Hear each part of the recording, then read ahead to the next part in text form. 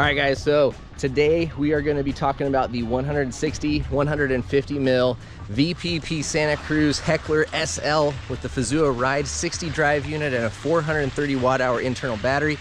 We're going to go out for a ride with Jack Russell, one of the engineers and industrial designers on the bike, as well as Garen, Becker, your old pal from Santa Cruz, and we're going to talk about this bike. So come along for a ride, and we'll have some fun. The gloves are coming off.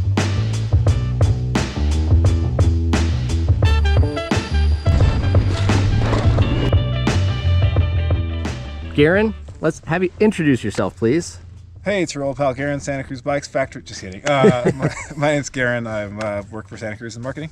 All right, and yourself? I'm Jack, and I work for Santa Cruz as a product manager, e-bike product manager. All right, so today we are out here and we are riding the new Heckler SL. Tell us what this bike is, elevator pitch, travel, drive unit, weight. Got it. 160 fork, 150 mil rear travel. Drive unit's Fazua Ride 60. That's 60 Newton meters of torque, powered by a 430 watt-hour battery that's encased in the down tube. What else was it? Weight? Yep, weight. 42 pounds, built up with like a reasonable build. Okay. Proper tires. And this is the electronic version of what bike? I'd say Bronson. Okay. Yeah. All right, so getting into development, testing, goals, creation of this bike. Walk us through a little bit about that process and the steps. Yeah, for sure. So with this bike, I love full power e-bikes. I think the Bullet is the bike I always reach for first, the kind of riding I like to do. But, we knew that full power e-bikes can be a lot. And there's some situations where it's nice to have something that rides more like a regular pedal bike with some help. So that was really the idea with this. And the Fazua, we heard about the Ride 60 early on, and it seemed like the perfect match to get a bike that you can jump and just shred trail with, like you're riding your regular Bronson, but get twice as much vert in the same amount of time as pedaling up there. What sort of time, mileage have you put on the drive unit and these bikes? Yeah, for sure. We got in pretty early with Fazua on getting testing on these bikes. For us, it was really important to just have a super dialed system on our bikes, like to stand behind with our brand. So we rode the absolute crap out of the Fazua system. With Fazua, we put, in just our internal testing alone, we put almost a million feet of vert. We did 870,000 feet of vert. We did 1,000 hours of ride, like actual ride testing, not lab testing. And what was it? 9,500 miles. It's 977,000 feet of climbing, 9,500 miles, 1,000 hours. There you go. I got the actual numbers. Yeah. And that's all actual ride testing. So okay. We did a ton of ride testing, super mega wet. We did a ride with Danny McCaskill, literally axle deep, literally. Yeah, no problem on that. Super wet, super dry, super hot, everything. And we gave a ton of feedback to Fazua. We worked really closely with those guys all our testing. So okay. We were stoked to help develop the system a bit along with Fazua and really take our time with this bike and make sure the system was dialed. Garen, what have been your impressions and thoughts as what would you call yourself? E-representative? E-ambassador? It's what they call me at work. You're a North American evangelist. My impressions, time and a place for every bike, I think. I'm still a huge fan of the full power bikes for certain terrain, like Northwest, steep and deep stuff. But for the trails we have back home, Santa Cruz, this is the bike. It's a lot better for like your just daily getting out for a rip. You can ride this with people on analog bikes. You can ride this with people on full power bikes. It's kind of a meet in the middle.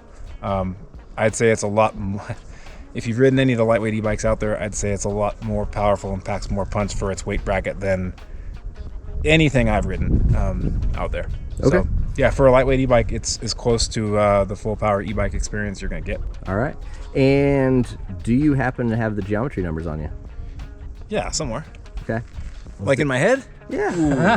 Do you? Somewhere in there.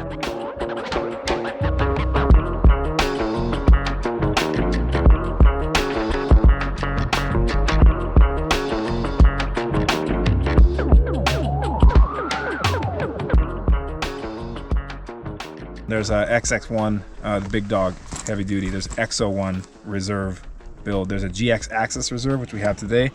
GX Axis GX Axis Reserve alloy, which we have today. Pretty cool spec. I'd say it's the most bang for your buck in the lineup. The new T-Type GX Axis along with the alloy reserve wheels. Pretty sweet setup. There's a C and CC offerings for these frames, so I think the build kits go all the way down to the R and S. S and R builds. All right, and let's see, for either full power e-bike consumers who are already riding a Santa Cruz, or those holdouts out there who have never ridden an e-bike yet but are Santa Cruz Nomad riders, what do you have to say? Yeah, I think the holdout people should swing a leg over one of these. It really rides like a pedal bike, which is so fun. To me, it's the bike to reach for. When jumping it, I just love the weight. It's nice to just have the weight of essentially a pedal bike with heavy tires is what you're looking at. So yeah, you can just do all the stuff you need to do on your pedal bike and don't have to worry about it on, you know, on the shreddy part. All right. But what about your ego? I mean, you know. What about my ego? Oh, I mean, you know, you're cheating, duh. Oh, yeah. You're not earning your turns. I don't know, man, I ride so much more than I would, so I'll call that a win. Okay. Yeah, that's a good call. I think if you haven't tried an e-bike, or you've ridden a full power bike and the bike was like a little much, a little heavy, a lot to move around, a little gluttonous for you, try one of these. It's a lot more natural feel. Full power e-bike, mine properly set up with parts that don't break off of it, are 51 pounds. My pedal bike, Nomad, properly set up with parts that won't break, 33 pounds. This is right in the middle at 42. It rides a lot more naturally than you would think, and people don't know you're on an e-bike. It's pretty sly, so yeah, I'd give it a whirl. Because I just love banging laps, you know, that's what it's all about for me, and e-bikes get it done.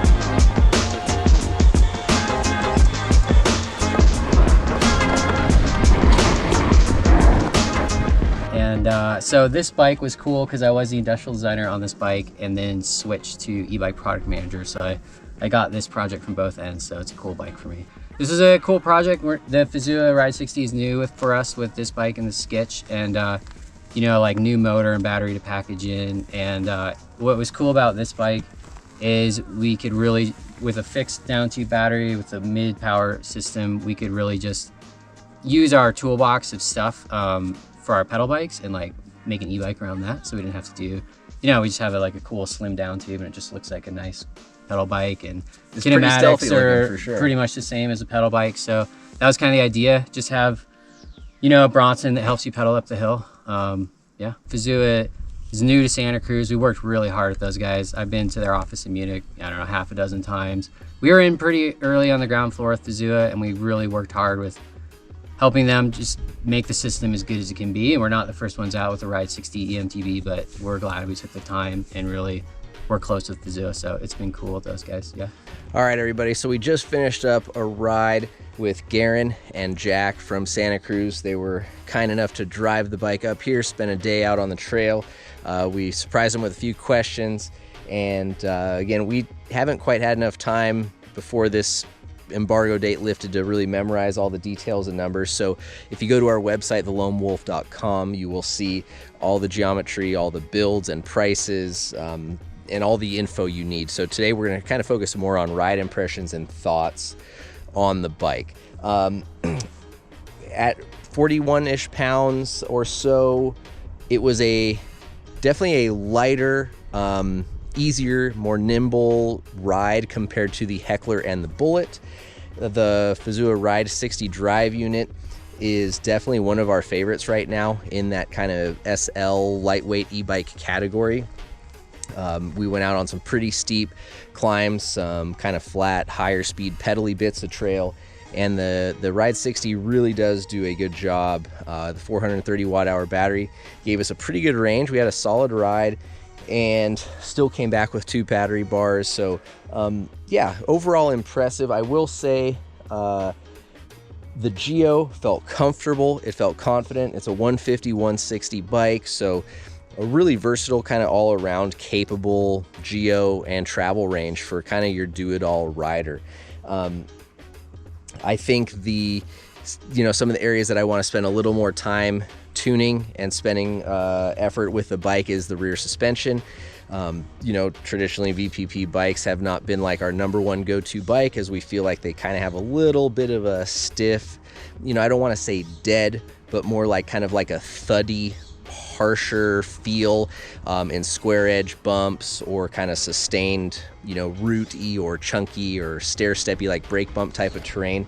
And so I feel like there's a pretty fine line between, you know, the spring rate and the rebound settings. Unfortunately, well, unfortunately or not, the way it is, this model bike and the select or deluxe shock we have doesn't have a ton of compression adjustment. So we're gonna play around with rebound and spring rate, see if we can't get that a little more dialed in. But overall, I was pretty pleased with the bike. You know, it rides like a Santa Cruz VPP bike, and if you like that, you're going to really enjoy this. It's I would almost say it rides closer to the analog bike than their e-bike in terms of just nimbleness and play and maneuverability. We kind of, you know, rode some tight, awkward, techie slam corners and a little more high-speed, open, jumpy stuff, and felt that it was a really versatile, kind of good, well-rounded geometry bike. Other things that stand out, I did, like I said, I really liked the Fazua Ride 60. I did feel like the acoustics of the frame did make this drive unit sound a little louder than like the Transition or the Pivot Shuttle. It could be because it's new, it needs to kind of break in, and it'll get a little bit quieter over time, but that's something we'll definitely keep an eye on as we continue to ride this bike. But so far so good. Like I said, a fun bike. We've had a great time. Gonna look forward to tuning that rear shock just a little bit more and getting that suspension dialed. But I think Santa Cruz has done a good job releasing an offering into that mid-weight SL e-bike category. Right now, if you are following our YouTube channel, you probably noticed that we are dropping episodes of our SL, our first ever SL lightweight e-bike roundup and group review.